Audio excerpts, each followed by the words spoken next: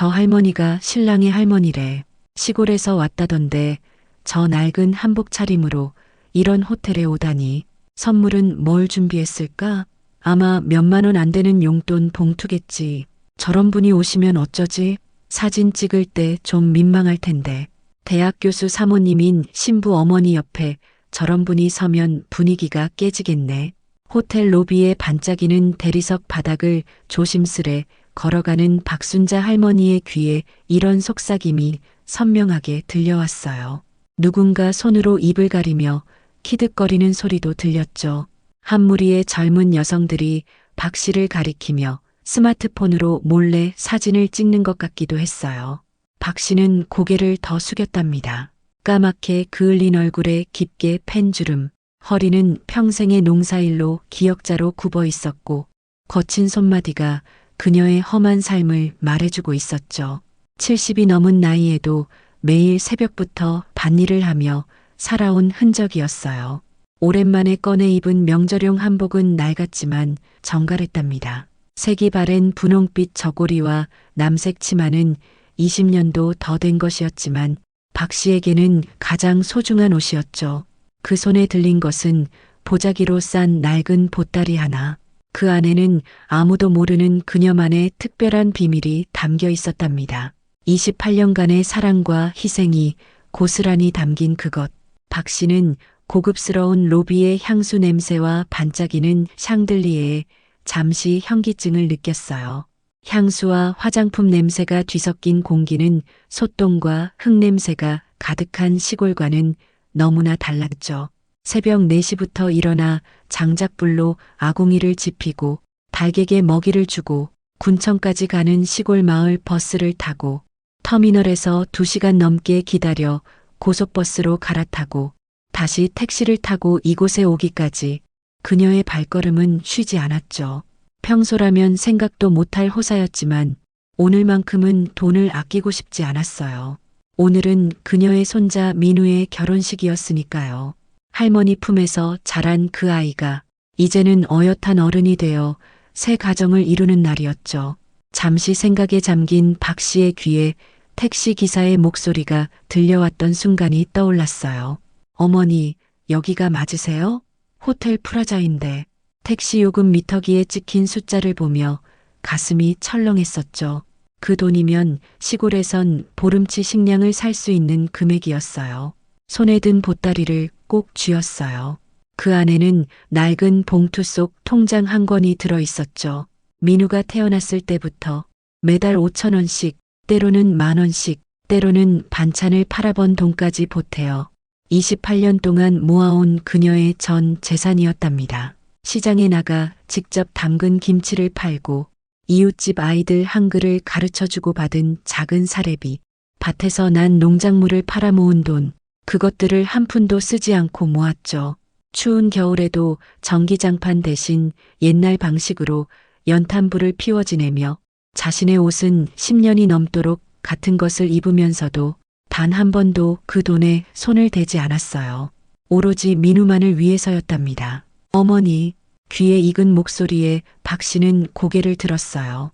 며느리 미경이 놀란 표정으로 다가오고 있었죠. 어머니가 정말 오실 줄은 몰랐어요. 미경의 목소리에서 당혹감이 느껴졌어요. 박 씨는 알고 있었죠. 자신의 허름한 모습이 이 호화로운 결혼식장에 어울리지 않는다는 것을. 아들 부부가 평생 자신을 시골에 두고 서울에서만 살아온 이유도. 고개를 들자 결혼식장 입구에 걸린 대형 사진이 보였어요. 턱시도를 차려입은 민우와 웨딩드레스의 신부가 환하게 웃고 있었죠. 이제는 어엿한 성인이 된 손자의 모습이 방학 때마다 시골에 내려와 할머니 옆에서 참외밭을 함께 돌보던 그 어린아이의 모습과 겹쳐 보였어요. 김치찌개 더 주세요, 할머니. 할머니, 이 참외가 제일 달아요. 할머니 손은 약손이야. 배 아플 때 할머니가 쓰다듬어 주면 다 나아. 할머니, 나 커서 결혼하면 할머니 모시고 서울 갈 거예요. 큰 집에서 같이 살자요. 귓가에 민우의 어린 목소리가 들리는 것 같았어요. 어린 민우를 무릎에 앉혀놓고 밤하늘의 별을 가리키며 이야기해주던 밤들. 저기 보이는 별은 내 할아버지야. 우리 민우 항상 지켜보고 계시지. 비 오는 날이면 학교 앞까지 우산을 들고 나가 기다리던 기억, 감기에 걸려 열이 날 때면 밤새 이마에 수건을 올려주던 날들, 학교 갈 때 한 푼이라도 더 쥐어주려 자신은 끼니를 거르기도 했던 날들, 그 모든 시간이 오늘로 이어진 것이었죠. 어느새 자라 훤칠한 청년이 된 민우는 대학에 가면서 시골을 떠났고 방학 때마다 찾아오던 발걸음도 점점 뜸해졌답니다. 그래도 박 씨는 이해했어요. 바쁜 도시 생활 속에서 자신의 손자가 잘 지내고 있다는 것만으로도 충분했으니까요. 미경이 박 씨를 이끌어 안쪽으로 들어갔어요. 평소와 달리 과하게 친절한 말투로 이것저것 설명하는 며느리의 모습이 어색했죠. 어머니, 여기서는 혹시 말씀하실 땐 너무 큰 소리로 하지 마세요. 그리고 사진 찍을 때는 제가 따로 알려드릴게요. 미경의 말투에서 긴장감이 느껴졌어요. 박 씨의 시골 억양과 투박한 말씨가 걱정되는 듯 했죠. 주변 하객들이 흘끔거리며 수군거리는 소리가 들렸어요. 저분이 신랑 할머니 맞아요? 어머, 정말 시골스럽네. 저런 분이 사진에 같이 나오면 어떡해요? 신랑 어머니도 민망할 텐데. 둘의 관계는 늘 그랬어요. 서울 출신의 며느리는 시골 시어머니의 낡은 방식을 이해하지 못했고 박 씨는 며느리의 도시적인 가치관이 낯설었죠. 10년 전 아들 영호가 미경과 결혼했을 때 박 씨는 시골에 같이 살자고 제안했었어요. 하지만 미경은 서울 생활을 고집했고 결국 아들은 서울에서 새 가정을 꾸렸답니다. 명절에 한두 번 내려오는 며느리는 항상 불편해 보였어요. 냉장고 없이 사는 것, 재래식 화장실, 시골의 느린 생활 방식. 그런 것들이 미경에게는 감당하기 힘든 불편함이었죠. 박 씨도 처음에는 서운했지만 시간이 지나며 이해하게 되었어요. 자신과 미경은 너무나 다른 세상에서 자란 사람들이었으니까요. 어머니, 여기 앉으세요. 손님들이 많이 와서 뒷자리밖에 없네요. 미경의 말에 박 씨는 고개를 끄덕였어요. 자신이 방해가 될까 걱정하는 며느리의 마음을 읽을 수 있었죠. 아들과 며느리는 첫 번째 줄에 앉아 있었고 박 씨는 맨 뒷줄의 구석자리에 앉게 되었답니다. 기둥 뒤라 무대가 잘 보이지도 않는 자리였어요. 여기 계시면 사진 찍을 때 제가 모셔갈게요. 그냥 조용히 계시다가 식이 끝나면 저희가 찾을게요. 미경이 작은 목소리로 귀옛말을 하고 자리를 떠났습니다. 박 씨는 쓸쓸한 마음으로 주변을 둘러보았어요. 모두가 화려한 정장과 드레스를 입고 있었죠. 여자들의 목에 걸린 진주 목걸이가 샹들리에 불빛에 반짝였고 남자들의 선명한 양복은 한 벌에 몇십만 원은 해 보였어요. 한 여성이 박 씨를 힐끗 보더니 옆 사람에게 귓속말을 했고 둘은 박 씨를 보며 피식 웃었답니다. 박 씨 옆자리에 앉으려던 부부가 갑자기 자리를 옮기는 모습도 보였어요. 저기 자리가 남네. 여기보다 앞에 앉자. 그들의 작은 속삭임이 박 씨의 귀에 들어왔죠. 박 씨는 자신의 낡은 치마 저고리를 매만지며 작게 한숨을 내쉬었어요. 이런 호화로운 결혼식에 자신이 오지 말았어야 했나 하는 생각도 들었죠. 혹시 손자에게 누가 되지는 않을까 걱정되었어요. 자신 때문에 민우가 부끄러워하면 어쩌나 하는 마음에 가슴이 아팠답니다. 그러나 마음속 깊은 곳에는 이 보따리에 담긴 비밀에 대한 자부심이 있었어요. 평생 모은 저축과 함께 민우에게 전하고 싶은 마음이 담겨 있었으니까요. 아무도 모르는 그녀만의 진짜 선물. 하객들이 하나둘 자리에 앉기 시작했어요. 축하 음악이 흘러나오는 가운데 박 씨는 보따리 속 비밀을 생각하며 가슴이 벅차올랐어요. 손가락으로 보따리를 만지작거리면서 민우가 어릴 적 동화책을 읽어주던 기억이 떠올랐죠. 그 어린아이가 오늘 신랑이 된다는 사실이 새삼 놀라웠어요. 갑자기 누군가 박 씨를 손가락으로 가리키며 속삭이는 소리가 들렸어요. 신랑 할머니가 정말 시골에서 오셨대요. 저기 뒤쪽에 앉아 계신 분. 어머, 정말 초라하네요. 저런 분이 결혼식에 오시면 좀 신부 측에서도 놀랐을 거예요. 대학 교수 집안인데 영상에 찍히면 어쩌나 몰라. 박 씨는 고개를 숙였어요. 손자의 결혼식에 누가 될까봐 걱정되었죠. 그때 진행요원이 다가와 친절하게 말했어요. 할머니, 혹시 식사는 피로 연장해서 하시면 됩니다. 식이 끝나면 2층으로 안내해 드릴게요. 아직 식도 시작하지 않았는데 벌써 식사 이야기를 꺼내는 것이 이상했지만 박 씨는 순순히 고개를 끄덕였답니다. 하객들이 잔잔하게 박수를 치기 시작했어요. 갑자기 마이크 소리가 들려왔죠. 오늘 이 자리에 우리 할머니가 계시다는 게 가장 큰 축복입니다. 신랑 민우가 입장하며 한 첫마디였어요. 모든 시선이 순간 박 씨를 향했죠. 그의 목소리에서 진심이 느껴졌어요. 민우는 무대 위에서 손을 들어 박 씨를 가리켰고 스포트라이트가 갑자기 뒷자리에 박 씨를 비추었답니다. 저는 초등학교 3학년부터 대학교까지 할머니 손에서 자랐습니다. 부모님이 사업 실패로 어려울 때 할머니는 제 유일한 버팀목이었죠. 오늘 이 자리에 오신 분들 중 가장 소중한 분이십니다. 하객들의 표정이 순간 굳어졌어요. 방금 전까지 수군거리던 이들의 얼굴이 붉어졌죠. 민우의 눈에서 반짝이는 것이 보였고 박 씨의 주름진 눈가에도 이슬이 맺혔답니다. 그리고 그 순간 아무도 예상치 못한 이야기가 시작되었어요. 검소한 시골 할머니가 평생을 모아온 사랑의 증표, 그것이 이제 모두에게 드러나려는 순간이었답니다. 민우의 말이 끝나자 결혼식장이 잠시 조용해졌어요. 박 씨는 갑작스러운 관심이 쏠린 상황이 어색했답니다. 손바닥에 배어나는 땀을 느끼며 고개를 숙였죠. 하객들의 시선이 한순간에 변했어요. 방금 전까지 그녀를 향한 비웃음과 수군거림이 이제는 호기심과 의아함으로 바뀌었죠. 앞줄에 앉아있던 한 중년 여성은 처음보다 훨씬 부드러운 눈빛으로 박 씨를 바라보았어요. 아까 키득거리던 젊은 여성들은 얼굴이 붉어져 서로를 쳐다보지 못했고 신부 측 친척으로 보이는 한 남성은 감탄하는 표정으로 고개를 끄덕였답니다. 신부가 입장하고 식이 본격적으로 시작되었어요.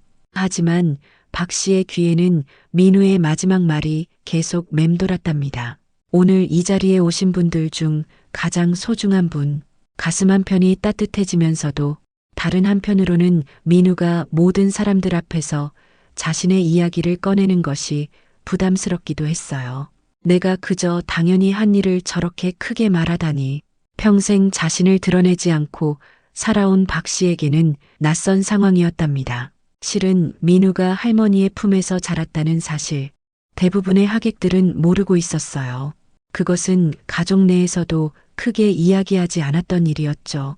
미경이 다소 부끄러워했던 과거였으니까요. 민우가 3살 때였어요. 아들 영우와 며느리 미경이 무역업 사업을 시작했지만 외환 위기와 맞물려 큰 빚을 지게 되었죠. 채권자들의 추심에 시달리던 그들은 잠시 민우를 시골 할머니에게 맡겼어요. 처음에는 몇 달만 맡기려 했던 것이 몇 년으로 길어졌답니다. 미경은 그때마다 전화로 곧 데려가겠다고 약속했지만 그 약속은 계속 미뤄졌죠. 박 씨는 손자를 혼자 키우며 가난하지만 행복한 시간을 보냈어요. 좁은 시골집에서 단둘이 지내며 참외밭을 일구고 밤하늘의 별을 보며 이야기를 나누었죠. 한 번은 밤중에 민우가 심한 열로 앓은 적이 있었어요. 농촌에서는 응급실까지 가려면 1시간이 넘게 걸렸죠. 그날 밤 박 씨는 시골 약초를 다려 민우의 열을 내리고 밤새 이마에 물수건을 올려주었답니다. 할머니, 엄마가 보고 싶어요라고 울던 민우에게 박 씨는 엄마는 널 위해 열심히 일하고 있어. 곧 데리러 올 거야라고 위로했죠. 단 한 번도 아들 부부의 상황을 나쁘게 말한 적이 없었어요. 민우는 초등학교 3학년부터 중학교까지 시골 학교를 다녔고 방과 후에는 할머니를 도와 밭일을 했답니다. 처음엔 도시에서만 살던 민우가 시골 생활에 적응하기 힘들어했어요. 특히 학교에서 아이들이 서울 아이라고 놀릴 때면 종종 울기도 했죠. 그럴 때마다 박 씨는 민우에게 용기와 자존감을 심어주었어요. 우리 민우는 어디서든 잘할 수 있어. 도시에서도 시골에서도. 그 시절 박 씨는 손자에게 글을 많이 읽어주었어요. 자신은 제대로 된 교육을 받지 못했지만 손자만큼은 공부를 잘했으면 하는 바람이 있었죠. 매달 조금씩 모은 돈으로 민우에게 책을 사주었고 동네 도서관에서 빌려온 책들로 함께 독서 시간을 가졌어요. 겨울이면 연탄불 하나로 방을 데우며 책을 읽었죠. 박 씨 자신은 글을 잘 읽지 못했지만 민우가 책을 읽는 모습을 지켜보는 것만으로도 행복했답니다. 중학교를 졸업할 무렵 영우와 미경은 어느 정도 빚을 갚고 안정을 찾았죠. 그들은 민우를 서울로 데려가 고등학교를 보내기로 했어요. 박 씨는 손자와 헤어지는 아픔을 참아야 했답니다. 짐을 싸는 민우의 모습을 보며 눈물을 감추고 마지막으로 함께 만든 김치와 반찬을 한가득 싸주었죠. 버스에 오르는 민우에게 공부 열심히 해라는 말만 겨우 건넬 수 있었어요. 하지만 민우가 떠난 후에 빈집에서 박 씨는 며칠을 울었답니다. 그렇게 키운 손자였으니까요. 결혼식장의 음악 소리에 박 씨는 현실로 돌아왔어요.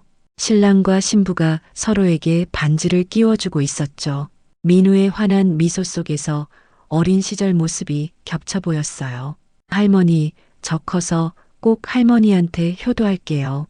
어릴 적 민우가 했던 그 약속이 떠올랐죠. 그 약속을 잊지 않고 지금 이 순간 자신을 이렇게 소개한 민우가 고마웠어요. 또한 부모님과 함께 살면서도 여전히 할머니를 잊지 않고 찾아주던 민우의 마음이 떠올라 눈시울이 붉어졌답니다. 식이 끝나고 하객들이 하나둘 자리에서 일어났어요. 피로 연장으로 이동하는 사람들 사이에서 박 씨는 잠시 어떻게 해야 할지 몰라 앉아 있었답니다. 주변의 시선이 달라진 것이 느껴졌어요. 아까와 달리 존중과 호기심이 담긴 눈길들이 그녀를 향했죠. 여러 하객들이 그녀에게 다가와 인사를 건넸어요. 정말 대단하십니다. 민우 씨가 훌륭하게 자란 이유를 알겠네요 라며 말이죠. 박 씨는 갑작스러운 관심에 어색한 미소만 지을 뿐이었답니다. 그때 누군가 다가왔어요. 지영이었죠. 민우의 새 아내였어요.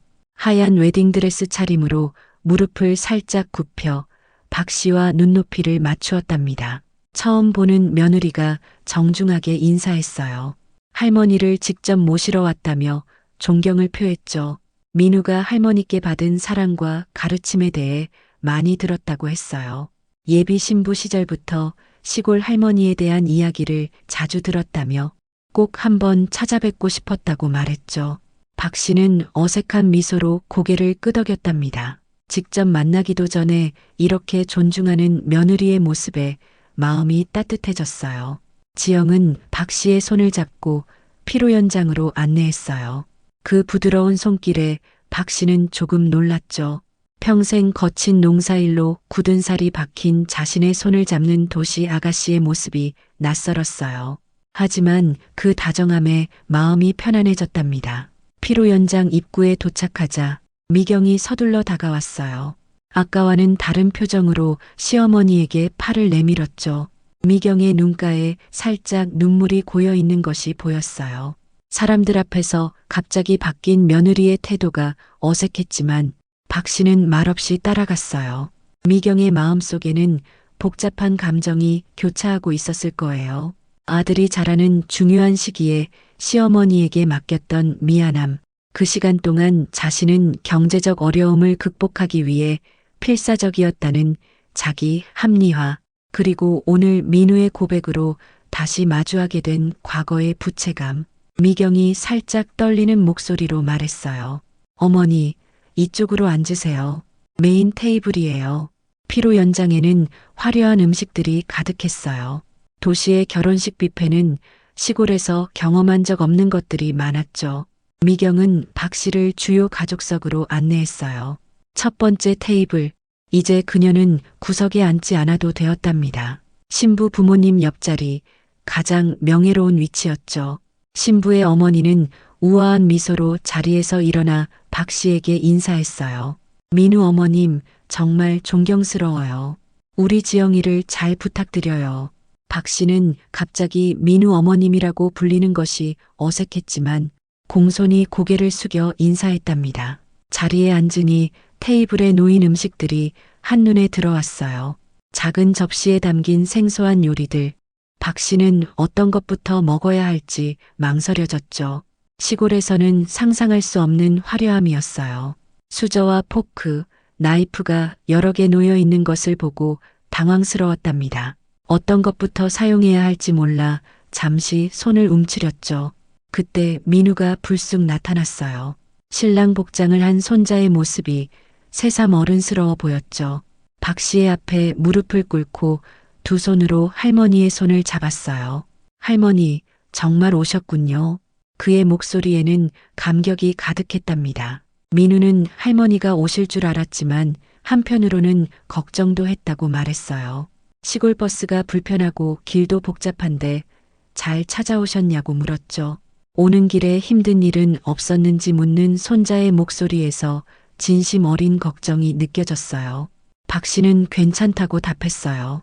손자의 결혼식인데 어떻게든 오는 게 당연하다고 말했죠. 그러면서 보따리를 꼭 쥐었어요. 언제 선물을 전해야 할지 고민되었답니다. 이 복잡한 자리에서 자신의 소박한 선물을 전하는 것이 적절할지 걱정되었어요. 하지만 평생을 준비한 선물이었기에 꼭 전하고 싶었죠. 민우는 할머니가 손에 든 보따리가 궁금하다고 물었어요. 박 씨는 잠시 망설였죠. 이 시끌벅적한 피로 연장에서 선물을 전하는 게 적절할까 고민되었어요. 하지만 언제 다시 이런 기회가 있을까 싶었죠. 이 특별한 날 모두가 함께하는 자리에서 전하는 것도 의미가 있을 것 같았어요. 그때 갑자기 사회자의 목소리가 들려왔어요. 지금부터 신랑 민우 씨의 특별한 이야기 시간을 갖겠습니다. 박 씨는 놀라서 고개를 들었어요. 민우가 스크린 앞으로 걸어가고 있었죠. 대형 스크린에 갑자기 영상이 나타났어요. 낡은 시골집 마당, 참외밭, 작은 시골 학교의 모습들이 하나둘 비춰졌죠. 민우의 어린 시절 사진들이었어요. 박 씨는 그 사진들을 보는 순간 가슴이 뭉클해졌어요. 그 오래된 사진들을 민우가 모두 간직하고 있었다니. 제가 지금의 제가 될 수 있었던 건 모두 이분 덕분입니다. 민우의 목소리가 장내에 울려 퍼졌어요. 스크린에는 어린 민우와 함께 있는 박 씨의 옛날 사진이 떠올랐죠. 10살 때쯤 찍은 사진이었어요. 참외밭에서 함께 일하는 모습이었답니다. 참외를 들고 환하게 웃고 있는 어린 민우와 그런 손자를 다정하게 바라보는 젊은 시절의 박 씨 모습이 떠올랐어요. 민우는 계속해서 이야기했어요. 어린 시절 부모님이 사업에 실패하고 빚더미에 앉았을 때 할머니가 어떻게 자신을 맡아 키워주셨는지, 가난한 살림에도 불구하고 책을 사주며 공부를 격려해 주셨는지, 추운 겨울에도 장작불을 피워 따뜻한 방을 만들어 주셨는지, 할머니는 제가 아플 때면 밤새 제 곁을 지켜주셨어요. 시골에서는 병원이 멀어 할머니만의 방법으로 저를 돌봐주셨죠. 한 번은 제가 심한 열에 시달렸는데 할머니는 온 마을을 돌아다니며 약초를 구해 밤새 달여주셨어요. 그 정성이 아직도 제 몸과 마음에 남아 있습니다. 그때를 회상하는 민우의 목소리가 살짝 떨렸어요. 할머니는 단 한 번도 제게 부모님의 상황을 부정적으로 말씀하신 적이 없습니다. 항상 내 부모님은 너를 너무 사랑해. 곧 데리러 올 거야 라고 말씀하셨죠. 식장에 있던 하객들이 숨죽여 민우의 이야기를 듣고 있었어요. 아까 박 씨를 수군거리던 사람들의 표정이 달라져 있었죠. 일부는 눈시울을 붉히고 있었고 일부는 고개를 숙이고 있었어요.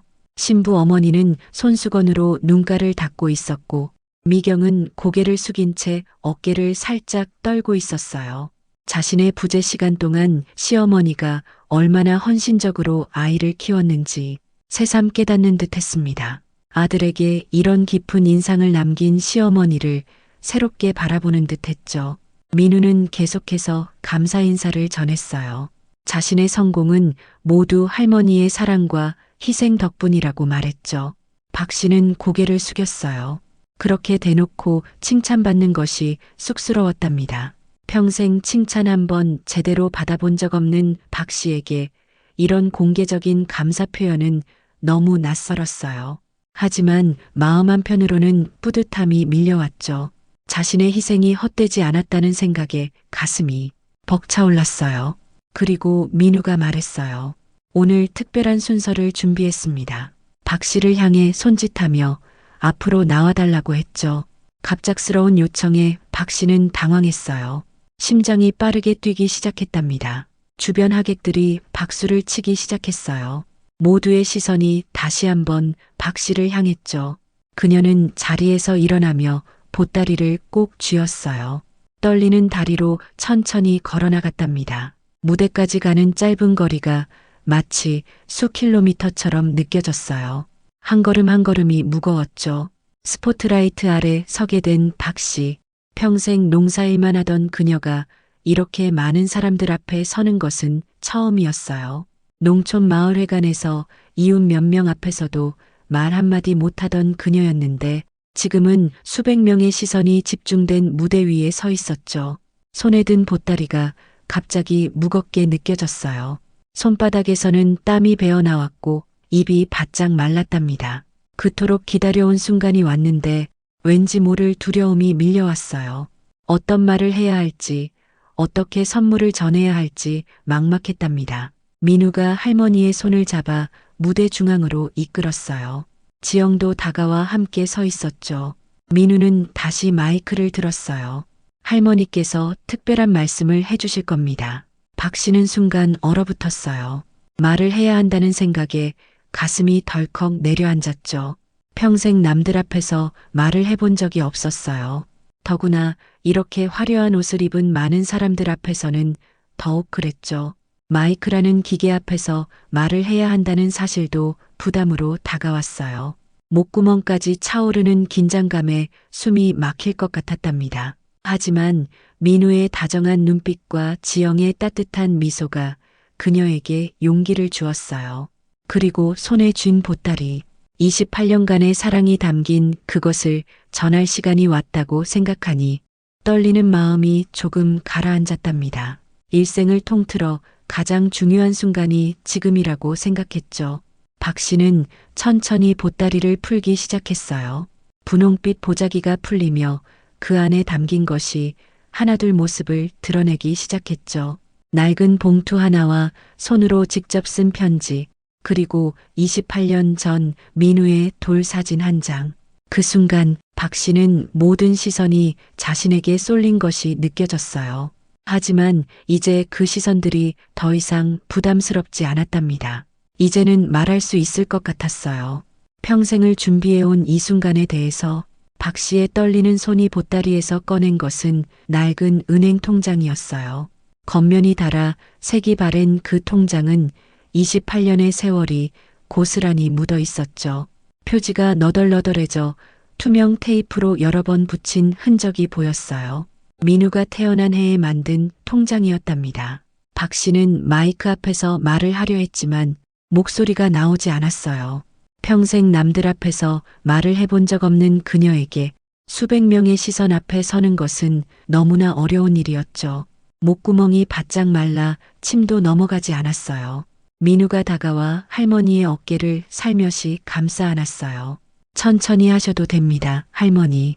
용기를 얻은 박 씨는 약간 떨리는 시골 사투리로 이야기를 시작했어요. 이것은 우리 민우 태어났을 적부터 조금씩 모은 거요. 처음에는 매달 5,000원씩, 나중에는 10,000원, 20,000원씩 늘려가며 조금씩 저축했다고 했어요. 장에 나가 직접 담근 김치를 팔아번 돈, 이웃집 아이들에게 한글을 가르쳐주고 받은 사례비, 마을 어르신들의 편지를 대신 읽어드리고 받은 감사의 마음. 그렇게 모은 돈이었어요. 추운 겨울에도 전기장판 대신 이불만 덮고 자면서 손이 트고 갈라져도 장갑 한 켤레 사지 않고 아껴온 돈이었죠. 통장을 펼치자 마지막 잔액이 보였어요. 5천만 원이었죠. 하객들 사이에서 작은 탄성이 흘러나왔어요. 첫 번째 줄에 앉은 50대 부부는 놀란 표정으로 서로를 바라보았고 신부 측 친척으로 보이는 젊은 여성들은 눈을 크게 떴어요. 한 중년 남성은 감동한 표정으로 고개를 끄덕였답니다. 시골 할머니가 28년 동안 모은 전 재산, 그것도 고작 5천만 원이라는 금액이 누군가에게는 적게 느껴질 수도 있었지만 그 안에 담긴 세월과 정성의 무게는 그 어떤 큰 금액보다 무거웠죠. 이 돈을 민우와 지영의 신혼집 마련에 보태 쓰라는 뜻이었어요. 박 씨는 통장을 민우의 손에 건네며 말했죠. 손자가 행복한 가정을 이루길 바란다고. 이 돈을 모으는 동안 늘 민우의 미래를 생각했다고. 내가 해줄 수 있는 게 이것밖에 없어서. 마이크에 잡히지 않을 정도로 작은 목소리였지만 주변에 있던 사람들은 그 말을 들을 수 있었어요. 민우는 통장을 받아들고 눈물을 참지 못했어요. 지영도 눈시울을 붉혔죠. 하객들 사이에서 감동의 박수가 터져 나왔어요. 평소 말이 없던 할머니가 이렇게 오랫동안 손자를 위해 준비해온 사실에 모두가 놀라고 감동했답니다. 그때 민우가 통장을 들고 고개를 저었어요. 할머니, 이 돈은 받을 수 없어요. 박 씨는 당황했어요. 평생을 준비한 선물을 거절당하는 것 같아 가슴이 철렁 내려앉았죠.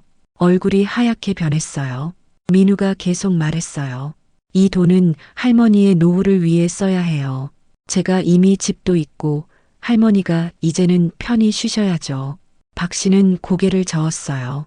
이 돈은 처음부터 민우를 위한 것이었다고, 자신은 시골에서 늘 살아온 대로 살 것이라고 말했죠. 나는 시골이 좋아. 새벽에 닭 울음소리 들으며 일어나고 텃밭에서 직접 기른 채소 먹으면서 그게 내 인생이요. 평생 농사 지으며 살아왔으니 돈이 많이 필요하지 않다고 했어요. 자신의 유일한 소원은 손자가 행복하게 사는 것을 보는 것뿐이라고. 그런데 갑자기 미경이 무대로 올라왔어요. 그녀의 눈에는 눈물이 고여 있었죠. 아까 민우의 영상을 보며 그녀의 표정이 조금씩 변해온 것을 눈치챈 사람들은 이 순간이 오고 있음을 느꼈을지도 모릅니다. 미경은 몇 번이고 몸을 일으켰다 앉았다 하며 갈등하는 모습을 보였었죠. 결국 그녀는 용기를 내어 무대로 향했어요. 시어머니의 손을 잡고 마이크 앞에 섰어요. 떨리는 목소리로 말했죠. 28년 동안 아들을 키워주신 시어머니께 너무 감사하다고.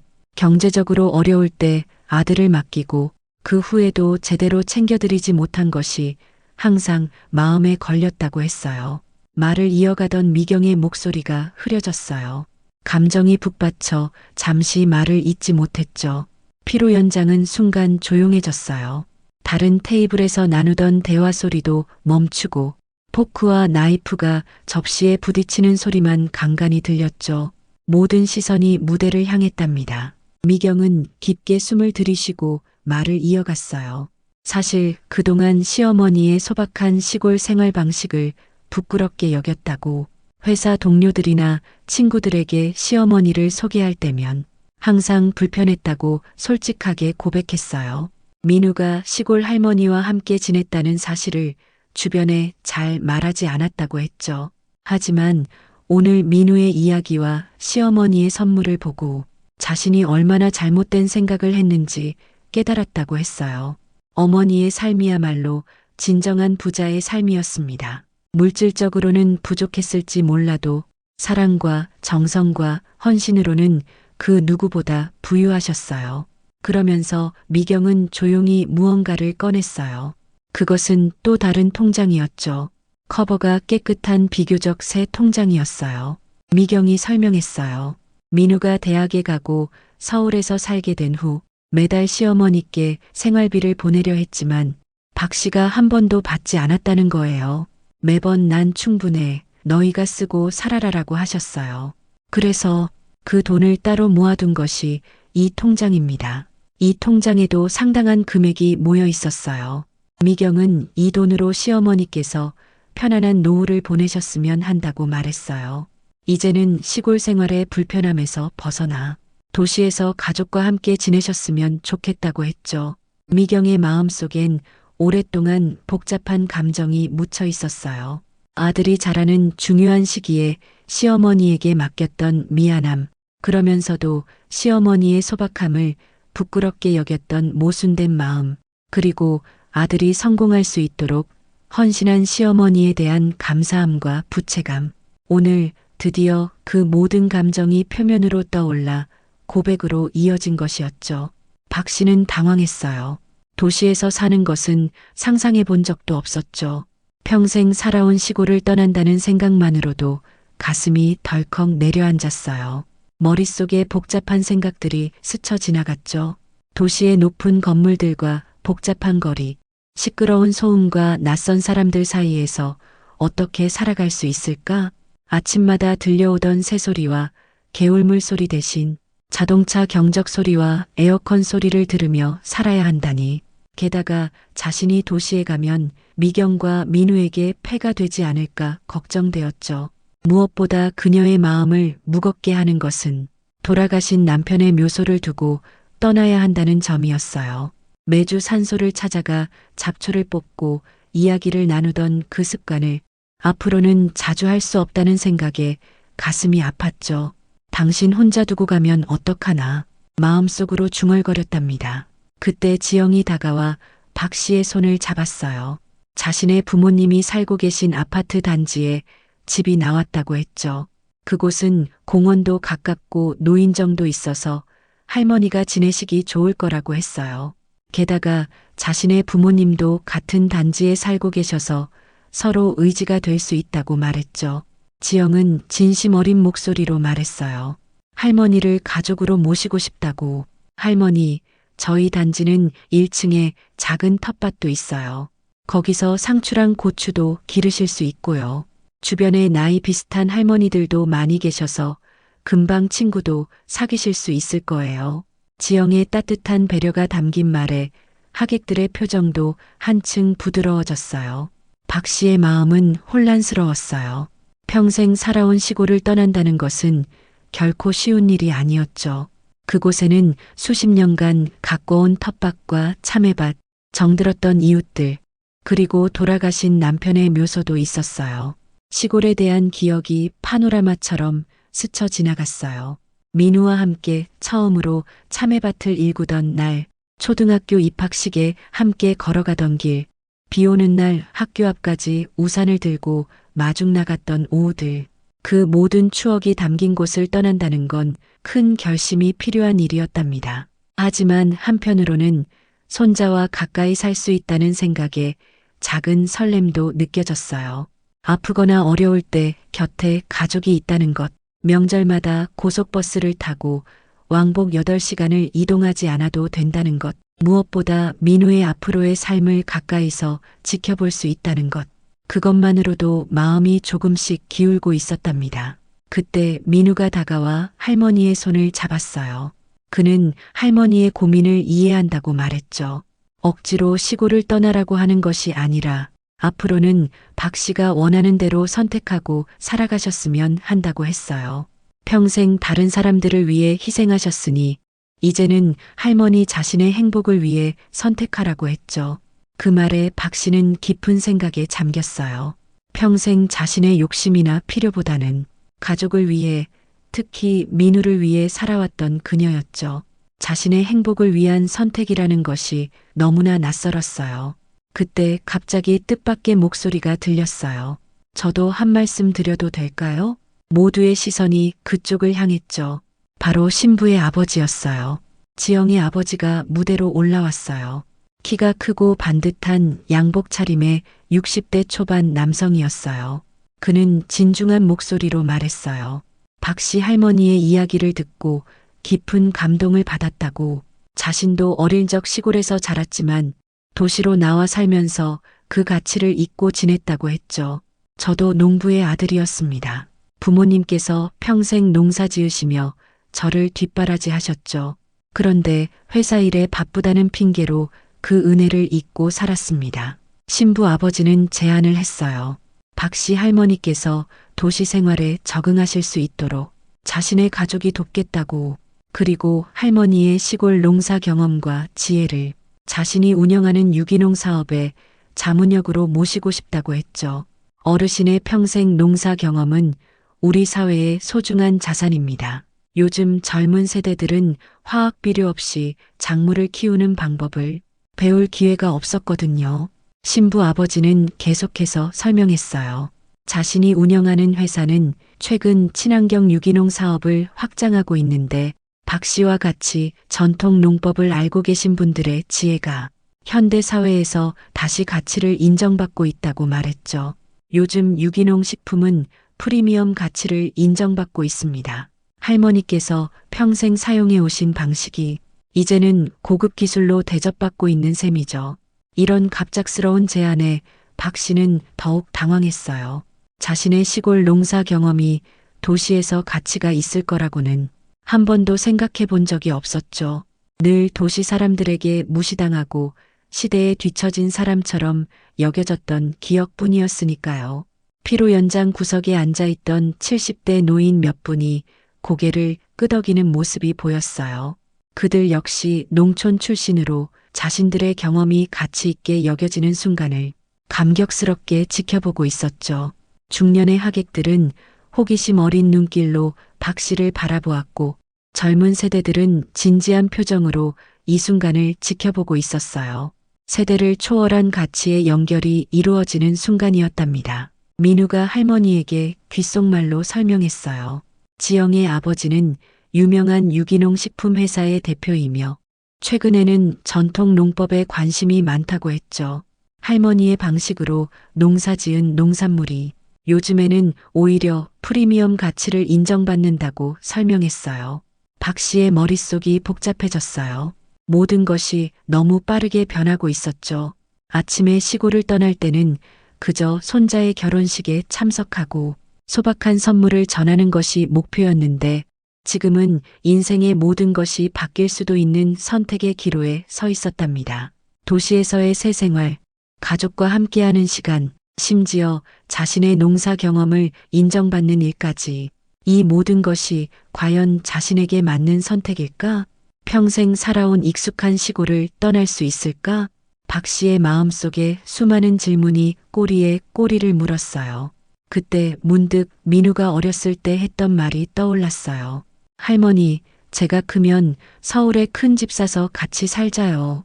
민우가 초등학교 3학년 때 학교에서 돌아오며 신이 나서 한 말이었죠. 어린 민우의 순수한 약속이 지금 이루어질 수도 있다는 사실이 신기했답니다. 민우가 다시 마이크를 들었어요. 할머니, 서두르지 않으셔도 됩니다. 천천히 생각하시고 결정하세요. 어떤 선택을 하시든 저희는 항상 할머니를 지지하고 존중할 겁니다. 하지만 한 가지만 기억해 주세요. 할머니는 더 이상 혼자가 아니라는 것을. 그 말에 박 씨의 눈에서 눈물이 흘러내렸어요. 평생 결정권 없이 주어진 환경에서 살아온 그녀에게 이렇게 자신의 선택을 존중받는 순간이 얼마나 특별한지 모릅니다. 손자와 며느리, 그리고 이제 새 식구가 된 지영의 가족까지 모두가 자신을 한 사람의 인격체로 존중해주는 느낌이었죠. 박 씨의 마음은 이미 조금씩 기울고 있었지만 그것을 말로 표현하기에는 아직 큰 결정이었어요. 시골의 모든 것을 정리하고 평생 살아온 방식과 작별하는 것은 쉽게 입에 담을 수 있는 일이 아니었죠. 마이크를 손에 쥔 박 씨는 떨리는 목소리로 말했어요. 고맙습니다. 이렇게 소중하게 생각해 주셔서 더 이상 말을 잇지 못하고 눈물을 훔쳤어요.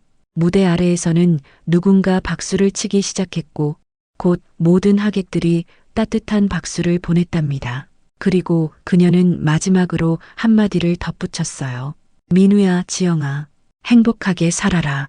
단순한 몇 마디였지만 그 안에는 평생의 사랑과 축복이 담겨 있었죠. 민우와 지영은 박 씨를 꼭 안아주었어요. 세 사람의 포옹 속에서 과거와 현재 그리고 미래가 하나로 연결되는 듯 했어요. 이제 그들은 진정한 가족이 되었답니다. 그리고 박 씨의 마음속에서는 미처 입 밖으로 내지 못한 결정이 서서히 모양을 갖추기 시작했어요. 결혼식이 끝나고 일주일 후 시골로 돌아온 박 씨는 한동안 복잡한 마음을 추스르지 못했어요. 텅 빈 집안에 홀로 앉아 들리는 귀뚜라미 소리, 마당에서 바람에 흔들리는 빨랫줄 소리가 더 크게 들리는 듯했죠. 민우의 결혼식에서 있었던 일들이 꿈만 같았어요. 늘 무시당하던 시골 할머니가 갑자기 모두의 관심을 받게 된 그 기이한 경험. 민우가 자신을 존중해주는 모습과 며느리 미경의 갑작스러운 사과, 그리고 새 식구 지영과 그 가족의 따뜻한 환대까지 모든 것이 현실이라고 믿기 어려웠죠. 뼈마디가 쑤시는 아침이었어요. 날씨가 흐리면 더 심해지는 무릎 통증이 오늘따라 유독 심했답니다. 하지만 그럼에도 불구하고 박 씨는 천천히 마당으로 나갔어요. 수십 년간 가꿔온 텃밭을 바라보았죠. 방금 뽑아온 상추와 열무가 바구니에 담겨 있었고 곧 출하할 수 있는 참외가 노랗게 익어가고 있었어요. 이걸 다 두고 가면 누가 돌보지. 자신의 온 삶이 깃든 이곳을 떠나는 건 단순히 장소를 옮기는 것보다 훨씬 더 큰 의미였죠. 느린 걸음으로 집 뒤편으로 향했어요. 요즘 들어 언덕을 오르는 것이 점점 힘들어지고 있었죠. 숨이 가빠지고 어지러움이 살짝 느껴졌어요. 예전 같지 않구나. 남편의 묘소가 있는 작은 언덕에 도착한 박 씨는 무릎을 꿇고 묘비 앞에 앉았답니다. 여보, 이제 어쩌면 자주 찾아오지 못할지도 몰라요. 목이 메어 말이 제대로 나오지 않았어요. 30년 전 세상을 떠난 남편에게 늘 가족의 일상을 이야기하던 그녀였죠. 민우의 운동회, 중학교 졸업식, 대학 입학, 그 모든 순간을 이곳에 와서 남편에게 들려주곤 했어요. 민우가 결혼했어요. 정말 멋진 신랑이 되었답니다. 박 씨는 결혼식 이야기를 하나하나 들려주었죠. 거친 손끝으로 묘비를 쓰다듬으며 눈물을 훔쳤어요. 당신도 같이 있었으면 얼마나 좋았을까. 우리 손자 정말 멋있었는데 남편이 살아있었다면 얼마나 자랑스러워했을까. 손자의 결혼식에 함께 참석했다면 얼마나 좋았을까. 그런 생각에 가슴이 아팠답니다. 묘소 주변의 잡초를 뽑으며 생각에 잠겼어요. 내가 도시로 가면 여기는 어떻게 될까? 당신 혼자 두고 가도 될까? 가시던 불에 손이 긁혀 따갑게 아팠지만 그보다 더 마음이 아팠어요. 평생 남편 곁을 지키겠다는 약속이 있었는데 그것마저 저버릴 수 있을까 하는 생각이 들었어요. 집으로 돌아오는 길에 갑자기 허리가 아파왔어요. 요즘 들어 더 자주 느끼는 통증이었죠. 한숨을 내쉬며 집 안으로 들어갔어요. 둘러보니 곳곳에 보수가 필요한 곳이 눈에 띄었답니다. 지붕 귀퉁이에 낡은 기와 빗물이 새는 부엌 천장, 혼자서는 도저히 고칠 수 없는 것들이었죠. 이대로 계속 살 수 있을까? 문득 이런 의문이 머릿속을 스쳐 지나갔어요. 낡은 장롱을 열었어요. 그 안에는 평생 모아둔 옷과 이불들이 차곡차곡 쌓여 있었죠. 미경이 몇 년 전에 사다 준 전기장판도 있었지만 전기세가 아깝다고 한 번도 사용하지 않았어요. 모두가 추억이 담긴 물건들이었어요. 민우가 어렸을 때 입었던 옷, 손수 기운 이불, 결혼할 때 친정에서 가져온 폐물 몇 점. 이 모든 것을 어떻게 해야 할지 막막했답니다. 도시에 가면 이런 걸 다 어디에 둘까? 작은 아파트에 이 많은 물건을 가져갈 수도 없고 버리자니 평생의 추억이 담긴 것들이라 쉽지 않았죠. 더구나 농사일에 익숙한 자신이 복잡한 도시 생활에 적응할 수 있을까 하는 두려움도 컸어요. 버스 타는 것도 힘든데 지하철은 어떻게 타지? 큰 길에서 길 잃으면 어쩌지? 그런 불안한 생각이 머릿속을 가득 채웠어요. 창밖을 내다보니 이웃집 영래 할머니가 지나가고 있었어요. 영래 씨, 박 씨가 부르자 영래 할머니가 멈춰서서 돌아보았죠. 40년 넘게 옆집에 살았던 이웃이었어요. 아이들을 함께 키우고 농사철이면 서로 도와주고 경조사를 함께 치르던 소중한 이웃이었죠. 영래 할머니는 마당으로 들어왔어요. 어제 가져온 열무김치 맛있더라. 내일 된장찌개 끓이면 같이 먹자. 그런 일상적인 대화가 오갔지만 두 사람 모두 이것이 곧 끝날지도 모른다는 생각에 말끝이 무거웠답니다. 다음 날 아침 박 씨는 평소처럼 일찍 일어났어요. 닭에게 모이를 주고 마당을 쓸고 텃밭에 물을 주었죠. 커피 한 잔을 들고 마당 의자에 앉았어요. 아침 햇살이 따뜻하게 얼굴을 비추었죠. 잠시 눈을 감고 느끼는 그 감각. 귀에 들리는 새소리와 바람소리, 코끝에 맴도는 흙냄새와 풀냄새. 이 모든 것을 다시 느끼기 위해 의식적으로 노력했어요. 도시에서는 결코 경험할 수 없을 것 같아서 마음속에 새겨두고 싶었답니다. 오후에 마을회관에 들러 이웃들을 만났어요. 평소와 같은 담소였지만 박 씨의 마음은 무거웠죠. 서울에 간다면서? 하고 영내 할머니가 물었어요. 소문이 마을에 퍼진 모양이었죠.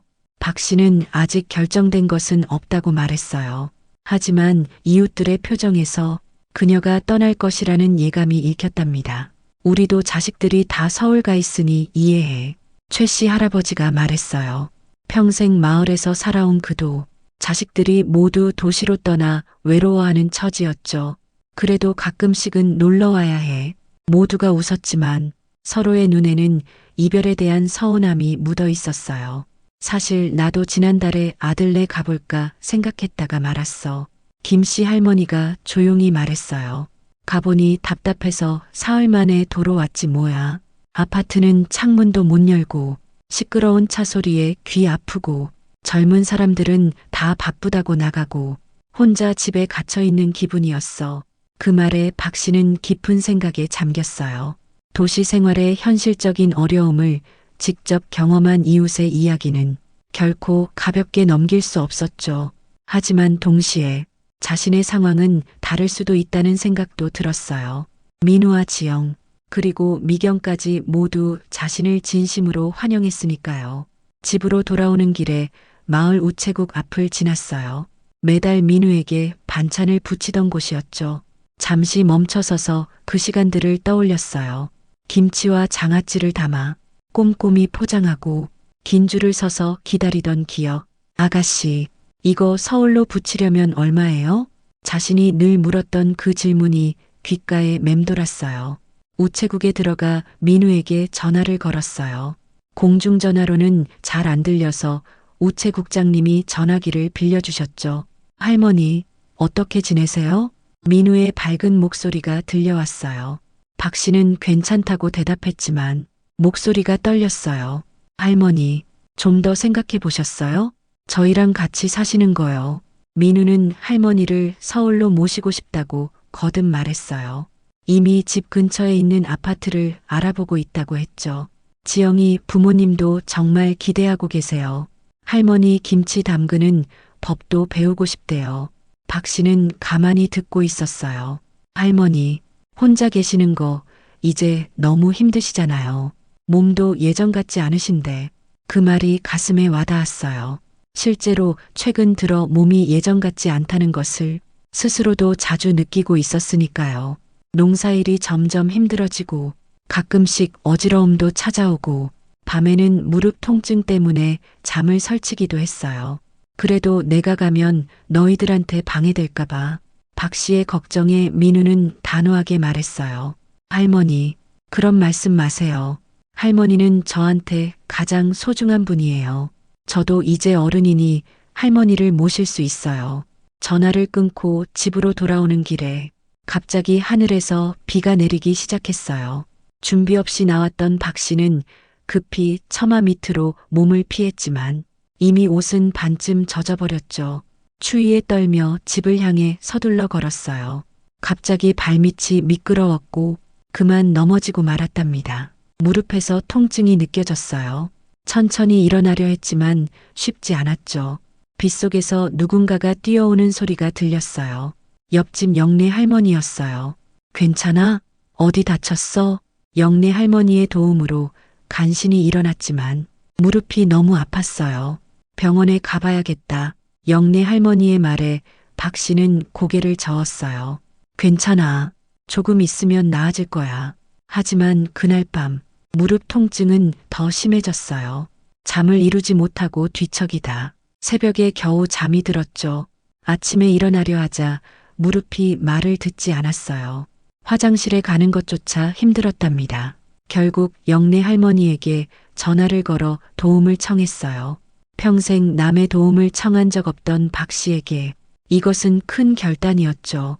영내 할머니의 도움으로 마을 의원을 찾았어요. 의사는 타박상이라며 몇 주간 안정이 필요하다고 했죠. 혼자 사시나요? 의사의 질문에 잠시 망설이다 고개를 끄덕였어요. 이런 상태로는 혼자 지내기 힘드실 텐데 가족에게 연락해 보는 게 어떨까요? 그 말에 박 씨는 깊은 생각에 잠겼어요. 집으로 돌아와 침대에 누워 창밖을 바라보았어요. 갑자기 찾아온 이 사고가 어쩌면 인생의 전환점이 될지도 모른다는 생각이 들었죠. 혼자 사는 것에 현실적인 어려움이 이렇게 갑작스럽게 다가올 줄은 몰랐어요. 텃밭의 채소들은 누가 돌볼까? 집안일은 어떻게 할까? 이런 현실적인 문제들이 머릿속을 가득 채웠답니다. 저녁이 되자 전화벨이 울렸어요. 민우였죠. 할머니, 어제 전화드린 후에 계속 마음이 불안해서요. 혹시 결정 내리셨어요? 박 씨는 잠시 침묵했어요. 그리고 오늘 있었던 일을 이야기했죠. 넘어진 일, 병원에 다녀온 일, 혼자 생활하기 힘들어진 현실에 대해 말하면서 자신도 모르게 눈물이 흘렀어요. 전화기 너머로 민우의 놀란 목소리가 들려왔어요. 할머니, 많이 다치셨어요? 제가 당장 내려갈게요. 아니야, 그렇게까지는. 하지만 민우는 이미 마음을 정한 듯 했어요. 내일 아침 첫 차로 내려갈게요. 할머니 짐도 같이 챙겨드릴게요. 이제 더 이상 혼자 계시면 안 돼요. 전화를 끊고 나서 박 씨는 창밖의 어둠을 바라보았어요. 밤하늘의 별들이 유난히 밝게 빛나고 있었죠. 문득 민우가 어렸을 때 들려주었던 이야기가 생각났어요. 저기 가장 밝은 별이 보이지? 그건 내 할아버지야. 우리를 항상 지켜보고 계셔. 그 순간 마치 남편이 자신에게 말을 건네는 것 같은 느낌이 들었어요. 괜찮아. 내가 행복하다면 나도 행복해. 가슴에서 무거운 짐이 조금 내려가는 느낌이었죠. 30년간 남편의 묘소를 지켜온 것은 사랑하는 사람을 향한 의무감이었지만 이제는 그 사랑을 다른 방식으로 표현할 때가 온 것 같았어요. 다음 날 아침 민우가 도착했어요. 걱정스러운 얼굴로 할머니의 상태를 살폈죠. 할머니, 이제 제가 모실게요. 민우가 단호하게 말했어요. 서울에 가면 정말 괜찮을까? 박 씨가 물었을 때 민우는 따뜻한 미소로 대답했죠. 할머니, 제가 어릴 때 항상 제 곁에 계셨잖아요. 이제는 제가 할머니 곁에 있을 차례예요. 그날 오후 민우의 도움을 받아 평생 살아온 집을 한 바퀴 돌아보았어요. 방 안에 작은 물건 하나하나에 추억이 깃들어 있었죠. 남편과 함께 찍은 흑백 사진, 민우의 첫 돌 때 입었던 한복, 수십 년간 모아온 손때 묻은 그릇들, 무엇을 가져가고 무엇을 두고 갈지 마음이 무거웠어요. 할머니, 꼭 필요한 것만 가져가시고 나중에 필요하면 다시 와서 가져갈 수 있어요. 민우의 말에 조금 마음이 놓였어요. 이곳을 영원히 떠나는 것이 아니라 언제든 돌아올 수 있다는 생각이 위로가 되었죠. 마지막으로 남편의 묘소를 찾았어요. 민우가 함께였지만 잠시 혼자 있고 싶다고 했죠. 묘비 앞에 무릎을 꿇고 조용히 이야기했어요. 여보, 잠시 떠나 있을게요. 우리 손자가 나를 필요로 하나 봐요. 당신도 이해해 주시죠? 묘비를 어루만지는 박 씨의 눈에서 눈물이 흘렀어요. 걱정 마세요. 자주 찾아올게요. 그리고 당신 항상 내 마음속에 있어요. 집으로 돌아오는 길, 민우가 할머니의 손을 잡았어요. 할아버지도 할머니가 행복하셨으면 좋겠다고 하실 거예요. 박 씨는 손자를 바라보았어요. 그 눈빛에서 어린 시절 민우의 모습이 겹쳐 보였죠. 할머니, 서울에서 저희와 함께하면 행복하실 거예요. 지영이도 정말 기대하고 있어요. 텃밭도 가꿀 수 있고 무엇보다 이제 혼자 아니세요. 그 말이 박 씨의 마음을 움직였어요. 평생을 누군가를 위해 살아온 그녀에게 이제는 자신을 위한 선택을 할 때가 온 것 같았죠. 더구나 갑작스러운 사고로 인해 혼자 사는 것의 현실적인 위험을 직면하게 되었으니까요. 이제는 변화를 받아들일 준비가 된 것 같았어요. 저녁이 되자 마을 이웃들이 하나둘 모여들었어요. 박 씨가 떠난다는 소식을 듣고 작별 인사를 하러 온 것이었죠.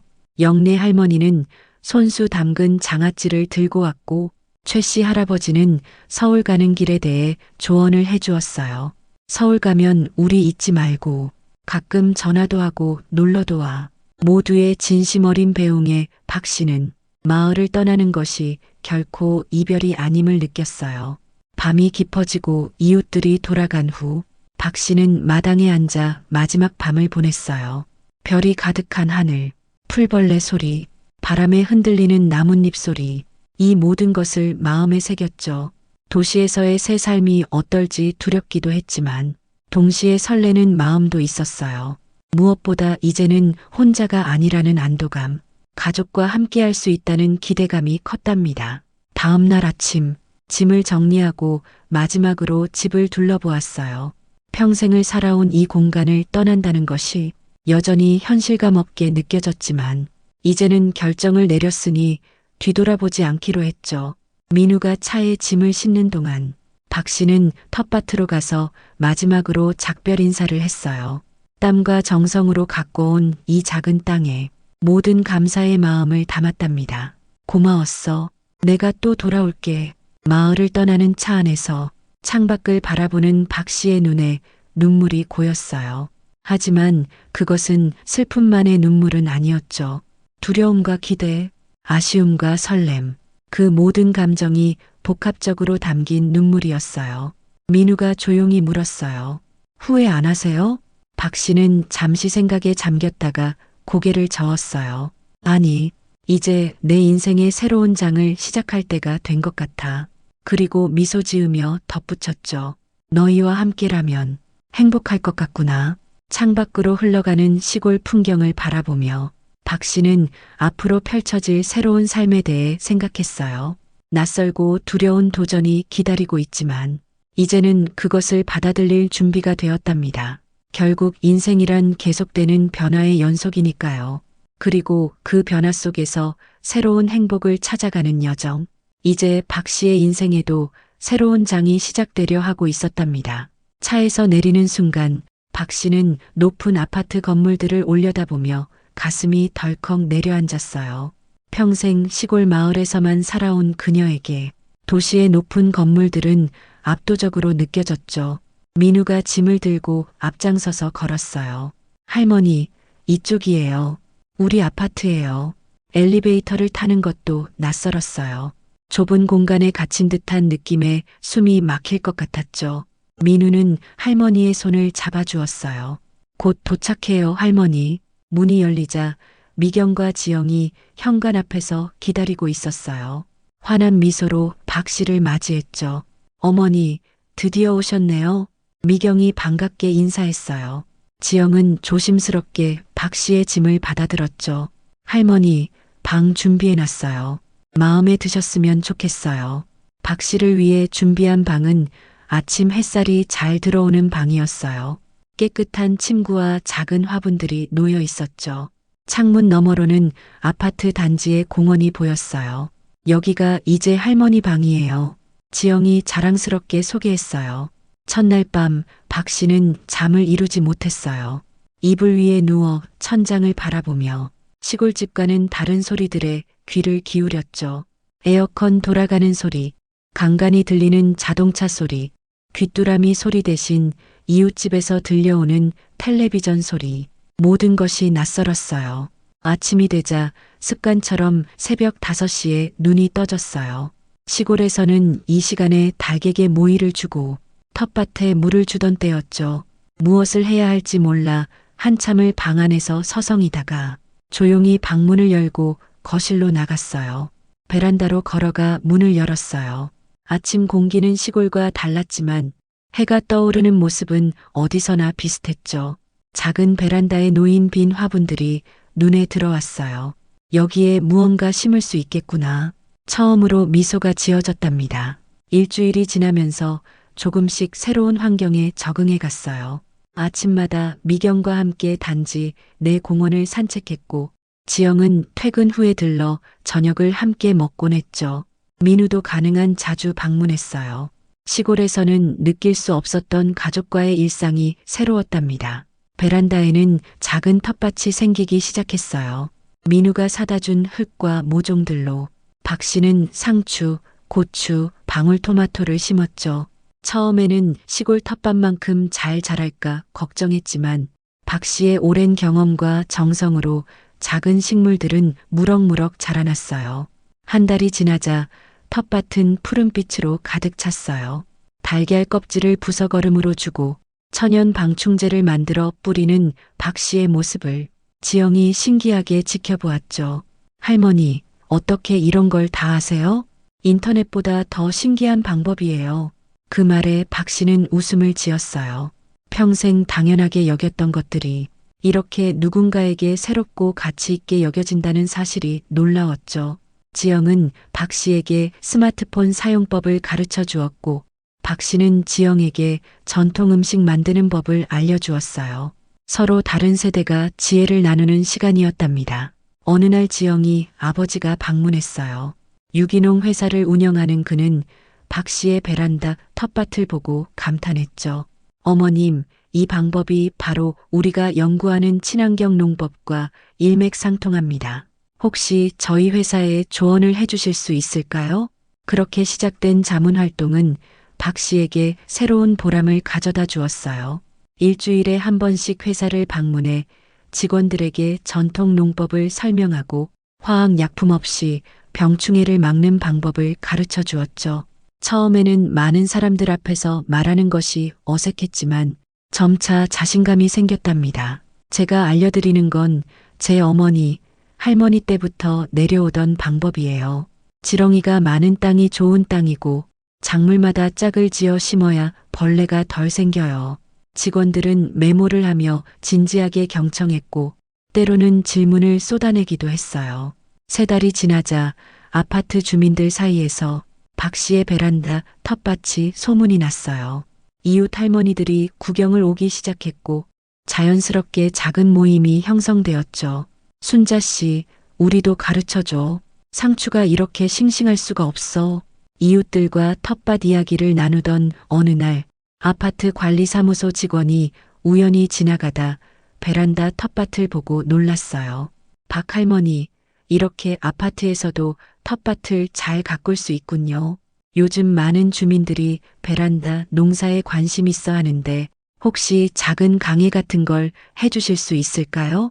처음엔 사람들 앞에서 말하는 것이 부담스러웠지만 미경이 어머니 지식이 정말 소중해요라고 격려했고 민우도 할머니의 경험을 나누는 건 의미 있는 일이에요라고 응원해 주었어요. 마음 한켠에서는 자신의 평생 지식이 다른 이들에게 도움이 될 수 있다는 생각에 작은 설렘이 생겼답니다. 매주 토요일 오전 단지 내 작은 텃밭 교실이 열렸고 아이부터 노인까지 다양한 주민들이 참여했어요. 농사는 자연과 대화하는 거예요. 식물이 원하는 걸 잘 살피고 그에 맞게 도와주는 거예요. 박 씨의 말 한마디 한마디에 참가자들은 진지하게 고개를 끄덕였죠. 평생 몸에 밴 지식을 나누는 것이 이렇게 보람찰 줄 몰랐어요. 여러분도 평범하게 생각했던 자신의 지식이나 경험이 다른 이에게는 소중한 배움이 될 수 있다는 걸 경험해 보셨나요? 시골 남편의 묘소도 한 달에 한 번씩 찾아갔어요. 민우가 운전해서 데려다 주었죠. 묘소 앞에 앉아 지난 한 달의 이야기를 들려주었어요. 여보, 도시 생활이 생각보다 괜찮아요. 내가 이렇게 바빠질 줄 몰랐지 뭐예요. 비석을 어루만지며 살며시 이야기를 이어갔죠. 우리 민우가 정말 잘해요. 매주 전화하고 내 건강 걱정해주고 당신이 보면 얼마나 자랑스러워 하실까. 잠시 목이 메어 말을 잇지 못했어요. 가끔은 당신이 보고 싶어요. 이 모든 변화를 함께 나눌 수 있다면 얼마나 좋을까. 바람이 살랑이며 묘소 주변의 풀을 흔들었어요. 마치 남편이 괜찮다고 말해주는 것 같았죠. 그래도 걱정 마세요. 난 잘 지내고 있어요. 당신도 그곳에서 편안하시죠? 눈가에 이슬이 맺혔지만 이내 밝은 미소가 돌아왔답니다. 가끔 시골 마을도 방문했어요. 이웃들에게 도시 생활 이야기를 들려주고 텃밭에서 가져온 채소를 나눠주었죠. 영래 할머니는 박 씨의 달라진 모습에 놀랐어요. 순자야, 너 얼굴이 환해졌어. 도시 생활이 잘 맞나 보구나. 6개월이 지났을 때 박 씨는 미경과 더 가까워졌어요. 며느리와의 관계는 이전과는 완전히 달라졌죠. 미경은 박 씨에게 도시 생활에 필요한 것들을 가르쳐 주었고, 박 씨는 미경에게 오래된 가족 레시피를 알려주었어요. 서로의 세계를 이해하고 존중하는 관계로 발전해 나갔답니다. 어느 날 저녁 가족이 모인 자리에서 지영이 조심스럽게 말을 꺼냈어요. 할머니, 사실 우리 곧 아기가 생길 것 같아요. 박 씨는 눈물을 감추지 못했어요. 자신이 키운 손자가 이제는 아버지가 되고 또 다른 생명이 이어진다는 사실이 가슴 깊이 와닿았어요. 민우를 키우던 그 시절이 주마등처럼 스쳐 지나갔고 이제 그 아이의 아이를 볼 수 있다는 생각에 온몸에 전율이 흘렀답니다. 한 생명이 태어나 자라고 또 다른 생명을 잇는 이 끝없는 이어짐 속에 자신도 함께하고 있다는 깨달음이 찾아왔어요. 인생에서 이보다 더 큰 축복이 있을까 싶었답니다. 문득 결혼식 날 민우에게 주려 했던 통장이 생각났어요. 평생을 모아온 돈으로 손자의 새 출발을 돕고 싶었던 그 마음. 하지만 지금 자신이 받은 선물은 그 어떤 금액보다 더 값진 것이었죠. 가족과 함께하는 시간, 자신의 지혜를 인정받는 기쁨, 새로운 인생의 의미를 찾은 것. 내가 주려던 선물보다 더 큰 선물을 받았네. 그런 생각을 하며 미소 지었어요. 1년이 되던 날, 민우와 지영은 특별한 저녁 식사를 준비했어요. 할머니가 도시로 오신 지 1주년을 축하드려요. 케이크에 초를 꽂고 축하 노래를 불러주었죠. 박 씨는 행복한 눈물을 흘렸어요. 고마워, 모두들. 내가 이렇게 행복할 수 있을 줄 몰랐어. 그날 밤 베란다에 서서 도시의 밤하늘을 바라보았어요. 시골의 별빛만큼 선명하지는 않았지만 그 속에서도 밝게 빛나는 별들이 보였죠. 어쩌면 그중 하나는 남편일지도 모른다고 생각했어요. 보고 있나요? 내가 잘 지내고 있죠? 살며시 속삭였답니다. 도시 생활 1년. 박 씨는 많은 것이 달라졌어요. 스마트폰 사용법을 배우고 지하철을 혼자 타는 법도 알게 되었죠. 더 이상 낯선 환경이 두렵지 않았어요. 하지만 변하지 않은 것도 있었죠. 자연에 대한 사랑, 가족을 향한 헌신, 소박하지만 따뜻한 마음. 그것이 바로 박 씨가 도시에서도 빛나는 이유였답니다. 텃밭 교실은 이제 매주 2번으로 늘었고 더 많은 사람들이 참여했어요. 한 젊은 엄마는 박 씨에게 말했죠. 할머니 덕분에 아이에게 자연을 가르칠 수 있게 되었어요. 정말 감사해요. 그런 말들이 박 씨에게는 무엇보다 큰 보람이었어요. 여러분의 인생에서도 새로운 전환점을 맞이했을 때 예상치 못한 행복을 발견한 적이 있으신가요? 시골과 도시, 젊음과 노년, 과거와 현재, 이 모든 것들이 서로 단절된 것이 아니라 하나로 이어진 인생의 여정이라는 것을 박 씨는 이제 알게 되었어요. 자신의 오랜 지혜가 새로운 세대에게 전해지고 젊은 세대의 새로운 지식을 자신도 배우며 서로 다른 세계가 만나 더 풍요로워지는 경험. 그것이 바로 자신이 받은 가장 큰 선물이었어요. 더 이상 외롭지 않은 새로운 인생. 박순자 할머니의 제2의 인생이 활짝 피어나고 있었답니다.